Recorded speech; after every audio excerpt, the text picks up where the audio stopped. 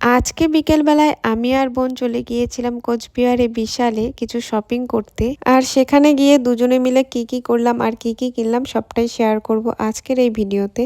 তো চলো ভিডিওটা শুরু করছি। আজ কিন্তু রবিবার, আর রবিবারের দিন তো বাড়িতে থাকতে একদমই ভালো লাগে না। তো আমি আর বোন বিকেলবেলায় বেরিয়ে পড়েছিলাম একটু শপিং করার জন্য।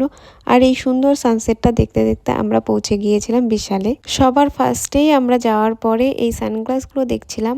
আর দেখো তো এইভাবে কি আর সানগ্লাস পছন্দ করা যায়? আর সবগুলো সানগ্লাসই ছিল আমার ফেসের থেকে অনেকটাই বড়, তাই সব সানগ্লাস আমরা ওখানে রেখে আমরা চলে এসেছিলাম আমার পছন্দের জোন। আর এখানে কিন্তু অনেক সুন্দর সুন্দর জিনিস ছিল।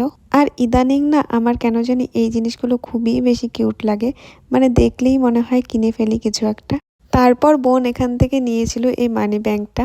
এখানে নাকি ও টাকা জমাবে, তো দেখা যাক ও কতগুলো টাকা জমাতে পারে। ওগুলো রেখে এরপর আমরা চলে যাই আমার আরও একটা দুর্বলতার জায়গায়, যেখানে কিনা এই যে এই কিউট কিউট টেডি বিয়ারগুলো রাখা ছিল। আর এদেরকে দেখলেই কেন জানি না আমার মনের ভিতরে বাচ্চামো ভাবটা জেগে ওঠে, আর আমিও বাচ্চা হয়ে যাই একদম। এরপর কিন্তু বোন এই বোতলটাও নিয়ে নিয়েছিল।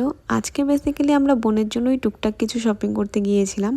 এরপর সবকিছু বাদ দিয়ে চলে গিয়েছিলাম আমার আরেকটা পছন্দের সেকশনে, যেটা হচ্ছে কিনা ঘর সাজানো। আর এখানকার এই আর্টিফিশিয়াল ফ্লাওয়ারটা না আমার বেশ পছন্দ হয়েছিল, আর দামটাও অনেকটা কম ছিল।